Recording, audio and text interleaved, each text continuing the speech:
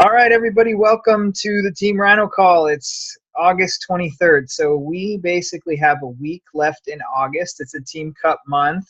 I think everybody on this call, well, actually, I don't know who's on the phone, SMG386T.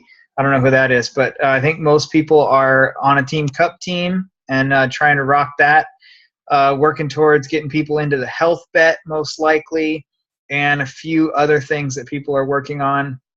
We've got our $1,000 Power of the Pack group going right now, which seems to be going pretty well. Lots of active people in there. If you're a coach in that group and you haven't invited your people to the health bet, to the Challenge Tracker app so that they can do that in addition to the $1,000 prize pool, make sure you do that so that they can participate in that part of it too. We've had some discussions on the health bet recently in Team Rhino about does it have to be a Beachbody workout or not. I actually found some official people from Beachbody corporate that confirmed that it does not have to be a Beachbody workout. So the official rules are correct. They changed it.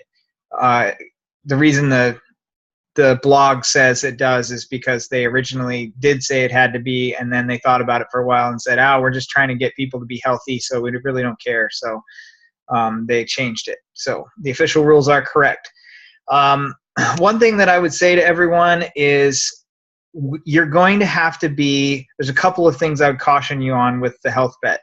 Number one, hopefully you're not making any huge claims about how much money people are going to be getting, or saying things like you could win your money back for your challenge pack even, or anything like that. Because if you do the math on the health bet, it's not likely that people are going to get a ton of money out of this. Okay.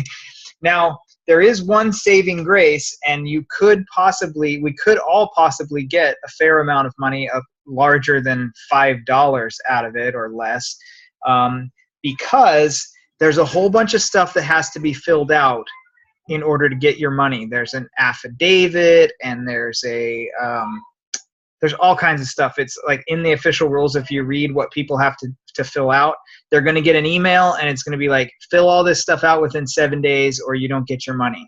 It's all very legal, official stuff. So we need to be very clear with all of our people when they actually do everything that they're supposed to do, and then they get the email that they need to fill all that stuff out and make sure they do everything right, so that they don't do this whole thing and then they don't get the money because they didn't turn in this form or they didn't fill out this thing. And they're going to have to turn in their social security number too, because it's tax reporting stuff. So some people are going to balk at that. So just be really clear and upfront with people, and we can do that in the Challenge Tracker app in the group. Make sure that all of our people are on the up and up and know exactly what's going on, so that we don't have people who do the whole thing and then they don't get any money, even $5. That would suck. But I have a feeling that, first of all, the first week there's going to be a ton of people participating. Some people will fall off the second week. I'm talking total numbers here, not our group necessarily, but some people will maybe not get everything entered the second week, and so on and so forth, and the group will whittle down, and then it'll really be whittled down by all those things that you have to fill out. Okay, so hopefully that will whittle the group down enough that we'll be making, getting larger sums of money than $2.50 in the mail. Which I think might actually piss some people off if they send you $2 or something like that. But I don't know. Anyway, be very clear with your people about what they have to do, and make sure they know how to enter workouts, make sure they know how to enter the Shakeologies, and that they have a picture with their Shakeologies. So you probably want to read the actual Beachbody Health Bet official rules, not just the FAQ, but there's a link in the FAQ to the official rules. So I would recommend reading that. Let's see, what else? I think that's pretty much it for announcements and stuff. What I wanted to talk about tonight is, last week we talked about the things that are on the coach activity tracker that a lot of people are doing. Remember, the top 3 people with coach activity tracker points or Team Rhino points basically for all the coach activity tracking stuff. We'll get $50, for being the top 3 people. And a lot of people are doing that, and there's certain activities on there, and we kind of went through why those are the activities that we have on there. And we talked about the first few. We talked about making contacts last time, and then we talked a little bit about inviting to challenge groups. And I want to talk about inviting to the business opportunity, and I also want to talk about follow-ups today and how important follow-ups are. And I'm not going to spend a ton of time on this stuff, but I want to just give a few tips and then kind of go around for everybody to talk about what their tips are. Oh, and I have a question on the chat. Oh, can we preview the forms to be filled out for the Beachbody Health Bet? I couldn't find on the official rules any links to any forms or anything like that. So I don't know where we can get those forms. I can try to see if I can get those, but I think they just come in the email and you have to go and you have to fill them out, but I'll ask on that. Okay, so inviting to the business opportunity. Now, some of you may not know this, but in the app where you guys are logging your activity tracker forms, there's a guest section. Okay, I pretty much exclusively use the guest section of that app, or it's on the website too. If you don't want to have people download an app, that's totally fine too. People can either download the app or they can go to teamrhinotraining.com and it looks exactly the same. And they can click on the guest section, and there's a couple of success story videos, and there's also a presentation on the business. It's a very easy third-party tool way to introduce people to the business. So you're having a conversation with somebody, you mention something about the business, there's interest there. You can say, oh, you want to know what it's about? Do you have time to watch a video? You know, the whole like, if I sent you a video, would you watch it?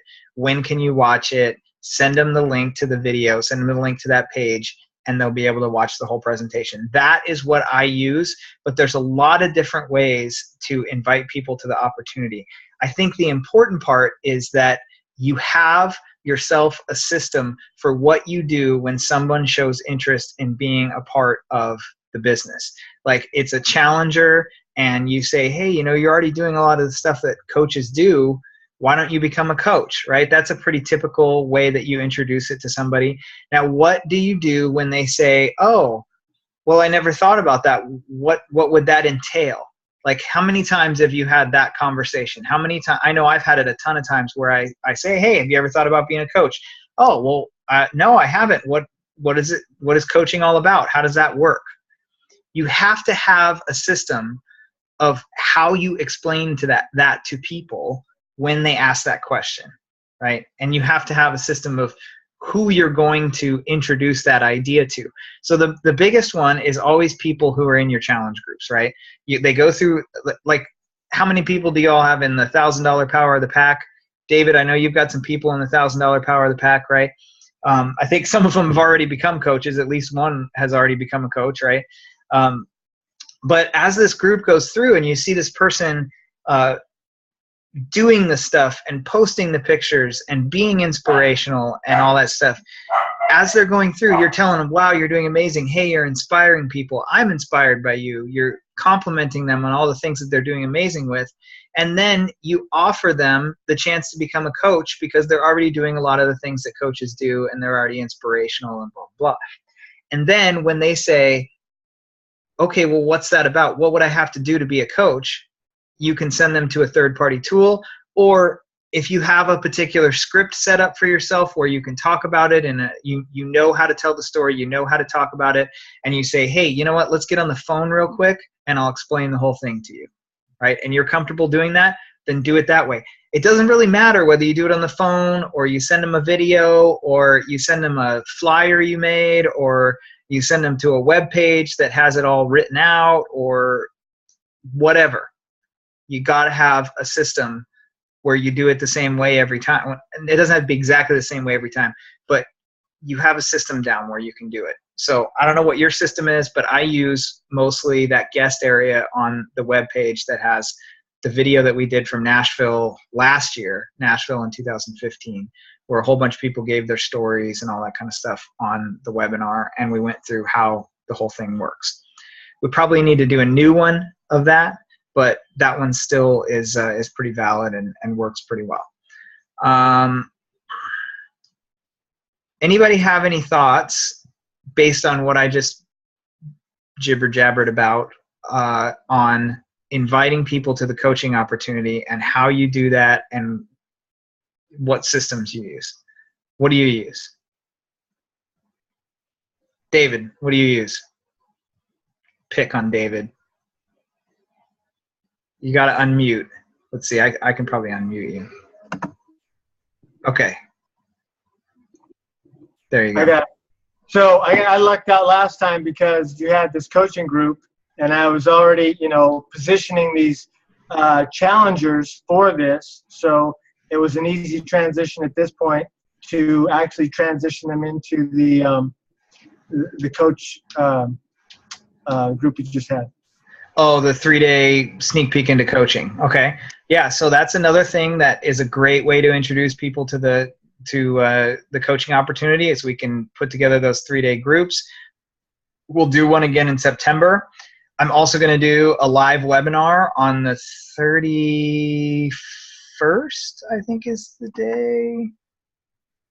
31st, a week from tomorrow, I'll be doing a live webinar. So that is going to have a lot of the same information as the 3-day group does. It's just going to be in like a 45-minute all at once version, right? And that will create a recording as well that you could send to people. It'll be the latest and greatest. Here's what's going on right now. Here's what it means to be a Beachbody coach right now.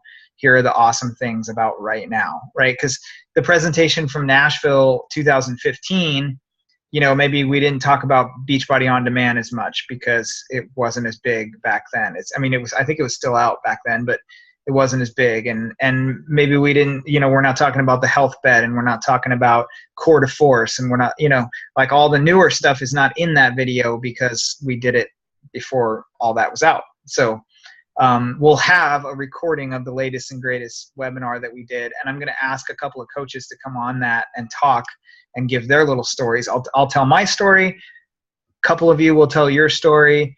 Then we'll go through how does the compensation plan work and how does the whole thing work, and then whoever you brought to that live webinar, you can sign up. So that's another way to do it. So the 3-day group worked for you, David? Yes. Okay. Good. Anybody else? Hi, it's Felicia. I just have a quick question. Yeah.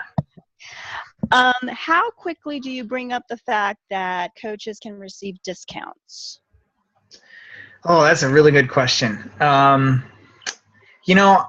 try to, it's such a case-by-case basis. It's hard to say. I think if someone has been on Shakeology for 3 months or more, then I'll bring up the discount, because it's like you might as well get the discount. But I usually have already brought up the idea of coaching as an actual business first. I try not to bring up the discount as the first thing. I do it as like a backup, so it's like if they're in a challenge group and they're doing the stuff and they're drinking the Shakeology, I'm like, I offer them the idea of creating a business and helping other people and being a part of the coaching community. And then if they're like, oh, that's not for me and I'm too busy and blah blah blah, then I might be like, well, you might as well get the discount on your Shakeology. Are you going to continue to drink Shakeology? Because you're on like your 3rd month and you could save like $15 or $16 a month. So that's how I do it. Some coaches, like for instance, Heidi is an example of someone who got the discount and then didn't start actually coaching for like a year. And there's lots of examples of that. And so some people go with more of the strategy, like they just introduce the discount like after the 1st month, get them signed up as discount coaches, and then work on them towards actually coaching later. I just feel that if you go for that right away, you put the idea in their head that they're not supposed to be a coach, they're just supposed to be discount. And I don't want to give someone the impression that I don't think of them as a coach, you know, unless I actually don't, which there are some people that I'm like, no. But I try not to judge like that. You know, it's like I want to give them the idea that, hey, you could run a business. Hey, you could help people. Hey, you could do this. And then come back and say, oh, if you don't want to do that, well, you might as well get the discount. So that's just my way. What else on coaching? Nothing else? All right, let's cover follow-ups, okay? So this is an interesting statistic that, well, I've heard a lot of things said about follow-ups. The one that I hear all the time is that the fortune is in the follow-up. And the reason that they say that is because that there's an average of, the average sale is made between the 5th and the 12th follow-up. 5th and the 12th follow-up. Okay, so most people quit after 2 or 3, maybe 4. It's like, have you guys ever seen that picture of the 2 guys, like one on top of each other with pickaxes digging a tunnel? And there's like over on the right side of the picture, there's diamonds, you know, it's like a diamond mine. And the one guy has the pickaxe over his back and he's walking back, like giving up. And he's like this far on the picture from the diamonds, you know, and the other guy's like further, but he's still going, right? And that's the picture I always get in my mind when I think of follow-ups, is that people are giving up on people at the 3rd follow-up and saying, yeah, they're never going to buy, and never coming back to those people when most of the sales are made between the 5th and the 12th follow-up.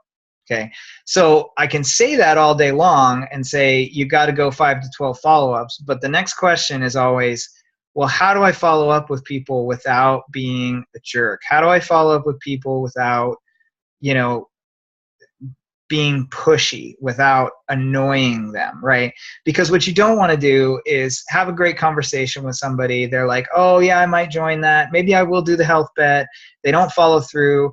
You go, hey, did you get that? Hey, why haven't you ordered? Hey, and all these follow-ups with people, and they're not responding, and you just keep following up, and you feel like, you know, total jerk, right?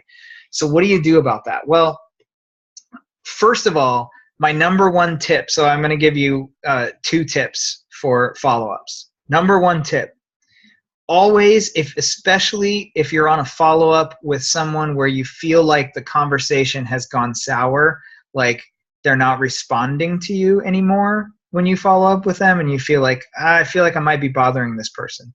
Number 1 tip is give the person an out so that they don't feel like, if they have changed their mind, that they're letting you down. Okay. Number 1 reason that people do not respond to you when you're following up with them is because they feel like they've put you on a high because they said yes. Now they've changed their mind, and if they tell you no, they will burst that bubble and bring you down. And nobody wants to do that to a friend, to anybody, right? You don't want to say yes to somebody and then come back and say, I know you thought you were going to get a new challenger. I know you thought you were going to get a new coach on your team, but I've changed my mind, right?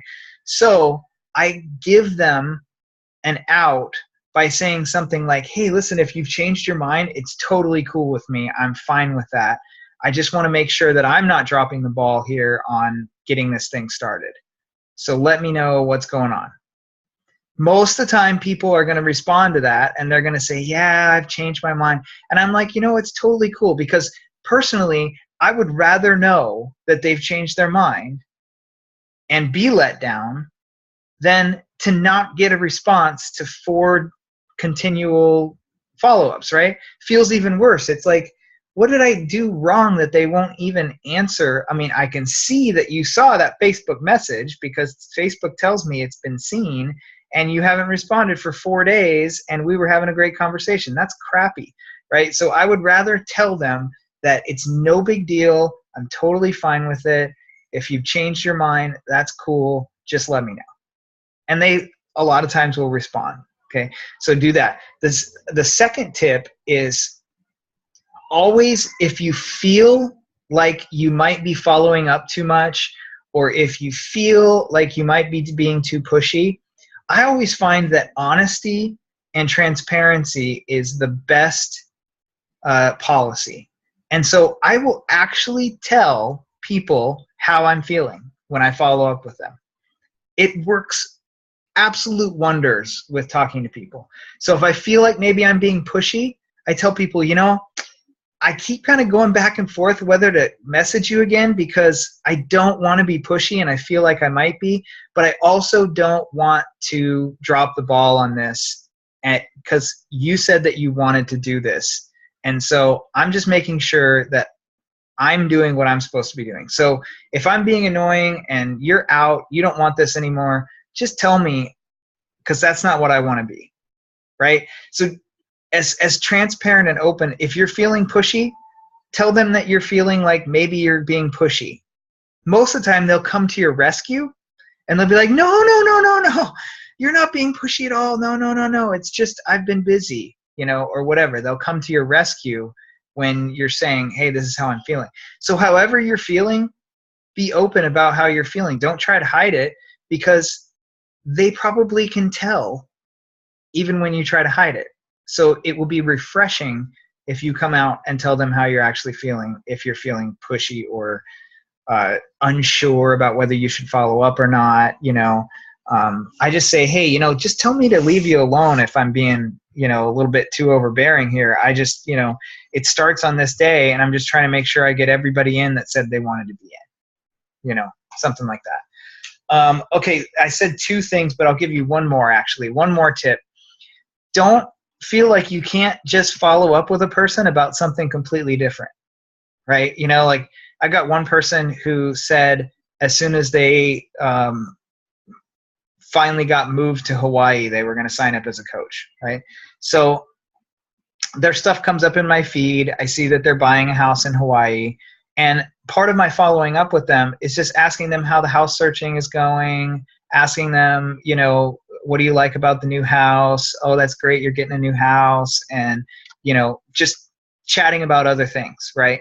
And if they're ready to sign up as a coach, they'll bring it up because they remember telling me that when they moved to Hawaii and they're all settled that they're going to sign up as a coach. So if I talk about Hawaii and buying a new house and settling in, if they're like, oh yeah, and by the way, I'm ready to sign up as a coach, then great. If they don't, we talk a little bit about their house and then I follow up with them again in 2 months after they've closed and they've moved in, or 3 months or however long it takes to close on a house and move in, and I'll follow up with them again once they've moved in. Because most likely, they're buying a new house. They're going to have to move from where they're staying temporarily to it. Unless they say, hey, I think I'm going to go ahead and do this coaching thing, it's probably not the time that they're gonna do it, right? So I just talk about other things. So those are my 3 tips. What were they? I don't even remember. What were they, David? Luke. Number 1. Eric. Eric's got them written down. Eric's taking notes because smart people take notes. Smart people take notes. Number 1, give people an out. Yes. So, so always, say no worries or something. And number 2, that kind of goes into giving people, be transparent and honest, and just be yourself with it, and don't be afraid to let your feelings show, because likely they're going to be read between the lines if you don't just tell them. So, which I didn't really think about that. I guess my personal opinion on that at first was that I don't know exactly. Yeah, I mean, you don't really think about that, right? I think that's why I put it in as one of my tips is people don't really think if they're feeling something like pushy, they want to hide it and be like, this is totally comfortable for me. I'm following up like I'm supposed to because my upline told me I should follow up more. It's like, just have a real conversation with people. If you're feeling pushy, then tell them, I wasn't sure if I should follow up with you because it felt like it might be kind of pushy and I don't like being pushy. So, I don't know, just whatever it is. That's just an example of a way you could feel when you're thinking about following up with people. just be really transparent about that. And then number 3 was, you know, you don't have to always follow up directly into, hey, did you want to sign up? You know, like talk to them about things, other stuff.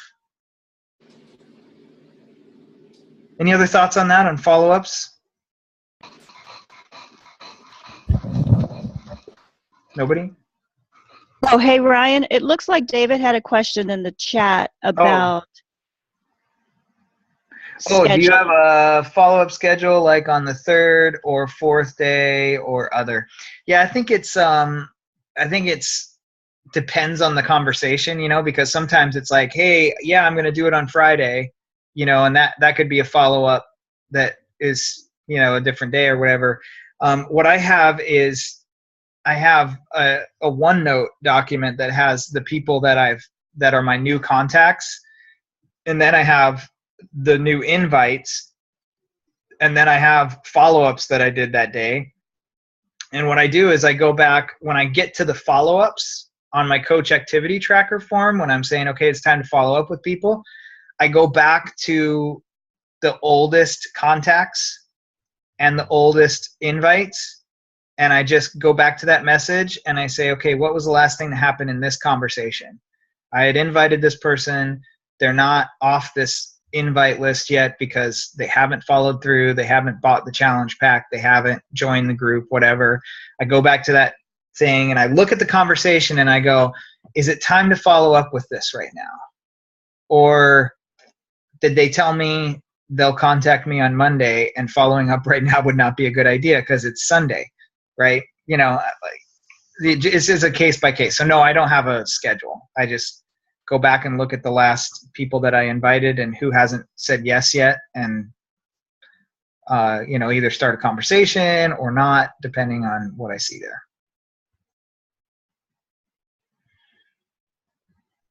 Okay, all good. Anybody else thoughts on follow-ups or on inviting to the coaching opportunity or anything else at all? No? Oh, Luke's got something. Are you unmuted? Yeah, I'm trying to get Okay. unmuted. There we go. So I would just add on follow-up. So about a month ago, I posted in the Team Rhino page about how I was mad because a person who was going to buy a challenge pack ended up buying Shakeology from somebody on my neighborhood Facebook page. But I didn't give up on that, and just kind of as a testament to what you're saying, was following up and really just asking them how they were doing, because this person in particular is trying to get ready for a child's wedding and stuff like that. So I just was saying, hey, how's it going? You making progress getting ready for that? When was that wedding again? And stuff like that. And she ended up getting a challenge pack yesterday because she was ready. So we can't, like, even though I was kind of bummed about it back then, I didn't give up on that person. And not that you need to stick with that person who is leading you on forever, but at the same time, you can't make up somebody's mind for them. Like, you want to stay with it until it's definitely a no, or I mean, you can just tell them that it's over. So, yeah, it's interesting. There's lots of different types of follow-ups, you know, because there's following up with people who said yes but haven't followed through, right? There's certain things about following up with those type of people. There's following up with people who you kind of have on the list to invite, but you've never invited, you know, and you need to stay up with them. And there's follow-ups with people who you've invited who have said no right now, but you got to keep following up with them because they may be ready later. You know, there's all different types of follow-ups, right? I think the key is to do the follow-ups, to stick with those people until there's a hard no or something. You know, I mean, there's certainly people fall off your follow-up list because there's certain people who that's it, you know, but mostly you keep following up with people because if you don't, then you're losing a potential person that could, you know, that you could help for sure. You know, 5 to 12, somewhere between 5 and 12 is where all the magic happens. So don't give up at 3. Don't give up at 4. Not 5 either, because it could be 7, you know. But they also are not, these are not daily follow-ups either. Well, if I get all 7 of them done this week, I should get my sale, right? No, these things take time. It could happen over, it could be 7 follow-ups over the course of a year and a half. Like, seriously, I have ones like that. In fact, someone contacted me last night who came to a 90-10 live presentation, like at a hotel in 2014, and has been talking about getting on Shakeology since 2014. And she came last night and she's like, okay, I'm ready. And I was like, oh, it didn't take long. But it's just been following up, and she's been watching, and I every once in a while send her a message, say, how's it going? How are you doing with nutrition? How are you doing with this? Oh, thanks for following up. Thanks for talking, whatever. We have a conversation. Clearly not ready still to purchase anything. That's fine. Then she comes and says, okay. Sandy asks, can we still have people that sneak peek so they can see the video? Sure. Yeah, you can. I don't see any problem with that. There's a bunch of videos in there, though. They'd have to, maybe have to tag them in them or something. I don't know if people like that. But yeah, you can add them. It's fine. I don't know. I might be more inclined to send somebody one 30-minute webinar than to add them to the sneak peek when it's not live, but it's fine. There's nothing wrong with that. All right, guys, it's 6:04. Well, at least where I am, it's 6:04. I guess we'll call it a night unless anybody else has anything else. So next week we'll be doing team call on Tuesday night, and we'll have a live webinar that you guys can invite coach prospects to on Wednesday night. Okay? Good night.